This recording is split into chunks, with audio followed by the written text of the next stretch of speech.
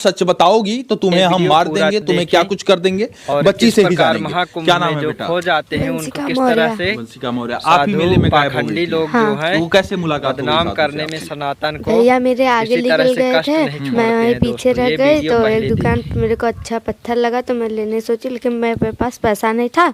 तो साधु ही बगल में था, कह रहा है लेना है तो ले लो। मैंने कहा नहीं नहीं लूँगी, 50 रुपये दे रहा था, मैंने नहीं लिया। फिर दाना भूजा दे रहा था, नहीं ली। फिर उसने ज़बरदस्ती दिया तो ली। फिर मैं जहाँ जा रही थी वो मेरे पीछे पीछे आ रहा था। और फिर उसके बाद एक अखाड़े मेरे को ले जा कर के बंदूक दिखा के कह रहा है कि अगर किसी को कुछ बोली तो तुमको बंदूक से मार देंगे। हो गई। अच्छा, ऐसा साधु बोल रहा था। हाँ। तो यानी कि आप मेले में गायब हो जाती हैं। मेले में किसके साथ गई थी बेटा? अपने चाचा के साथ। चाचा के साथ। चाचा के साथ आप मेले में गई थी और मेले में से गायब हो जाती हैं। और जब गायब होती हैं तो आपको कुछ समझ में नहीं आता, तो आपको कोई पत्थर दिखाई देता है। तो वो जो मेला वाला में बिकता है पत्थर, वही पत्थर आप खरीदना चाहती हैं। तो 50 रुपए उसकी कीमत थी। नहीं 100 रुपये थी, लेकिन मेरा पैसा नहीं था, लेकिन वो 50 रुपये दे रहा था। अच्छा, वो आपको साधु 50 रुपए दे रहा था। और उसके बाद बहला फुसला के ले आता है, कहता है कि भूजा खा लो और तमाम सारी चीजें। हाँ। तो आप रो भी रही थी उसमें जो है, उस घटना में। तो आपके पास बेटा पुलिस वगैरह को नहीं सूचना की आप?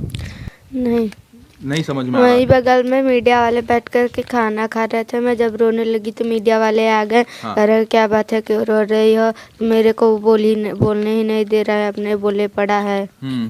अपने बोले पड़ा था। तो क्या बोला था? बंदूक की नोक पे आपको क्या बंदूक दिखाया और क्या बोला आपको?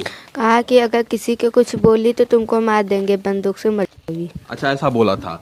और यही कारण था इसके लिए आप झूठ जो भी आपसे कहला रहा था आप कह रही थी। हाँ। आप कितने देर पहले गायब हुई थी अपने घर परिवार से? चाचा से कितने देर पहले बिछड़ी थी मेले में आप? उसी दिन में बिछड़ी थी, सेम डेट में? 3 घंटे के करीब आप बिछड़ी थी। और 3 घंटे में ले जाके आपको जो है इस तरीके से डराता है, धमकाता है। और उसके बाद आगे क्या होता है? उसके बाद जब पत्रकार लोग आपका बयान लेते हैं, उसके बाद आगे क्या कुछ होता है?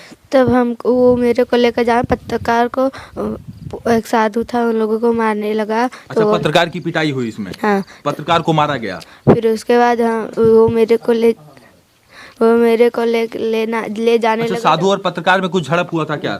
लास्ट में वीडियो कट होता है, उसके बाद आगे वहाँ शायद कुछ झड़प होती है। मेरी बातचीत हुई थी, उन लोग भी कह रहे थे ऐसा। फिर वो मेरे को लेकर जाने लगा। फिर उसके बाद तब पत्रकार लोग पुलिस को बुला करके लेकर आए। अच्छा, पुलिस को बुला कर लेकर आए। तो पुलिस जो है पुलिस के पास जब सुपुर्द किया गया तो उसे जेल भेजा गया, उसे थाने में बैठाया गया या छोड़ दिया गया? फिर छोड़ दिया गया। उसे थाने से मतलब उसे जेल नहीं भेजा गया? नहीं। आगे छोड़ दिया गया। हाँ। और आपको घर पहुंचा दिया गया। हाँ। और चलिए, तो खैर जांच का प्रकरण है, आगे पुलिस प्रशासन क्या कुछ कहती है उस पर तो आगे पक्ष लेंगे। आपका परिचय भैया? मैं पवन कुमार मौर्य, ये वंशिका के चाचा। मेरे साथ में ही बच्ची गई थी। अच्छा, आपके साथ बच्ची गई थी? जी, मेरे तो यानी कि चाचा और भतीजी दोनों जो है साथ में जाते हैं। आप लोग कहाँ गए थे? कुंभ ही गए थे। बेसिकली हम लोग दवा लेने के लिए गए थे। तो बच्ची थी, इसको घूमने का थोड़ा शौक था कि अब मेले तक आए ही हैं तो थोड़ा देखते हुए चलते हैं। तो इसको लेकर के हम जा रहे थे। ये थोड़ा भीड़ में आगे पीछे हो गई।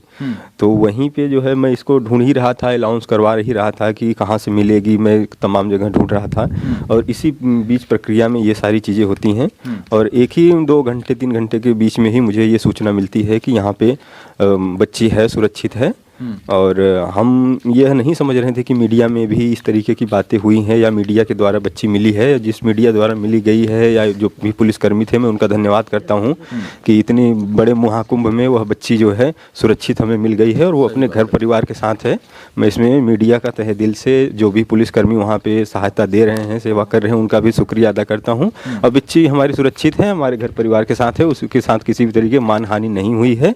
लेकिन इस तरीके की जो भी घटनाएं हो रही हैं या आगे और किसी बच्ची या परिवार के साथ हो सकता है, ऐसे जो भी लोग महाकुंभ में नहाने के लिए आ रहे हैं, अपने परिवार अपने बच्चों का अच्छी तरीके से ध्यान रखें या साथ में लेके रहें, या तो छोटे बच्चों को लेकर के न आए। सही बात है, सजग होने की जरूरत है, क्योंकि यदि सजग नहीं होंगे तो इस तरीके से धोखाधड़ी में बच्ची जो है कहीं ना कहीं फंस जाती, गुमराह कर दिया गया था। आप सोचिए कि बंदूक सटाकर वो फर्जी बाबा, ढोंगी बाबा ये कहता है कि यदि तुम कुछ बोलोगी तुम्हें गोली मार देंगे। और इसके कारण बच्ची रो रो के वो तमाम सारी चीजें कह रही थी कि मैं पिछले 7 दिन से हूं, पिछले 14 दिन से हूं, आश्रम में मुझे बाबा लेकर आए हैं और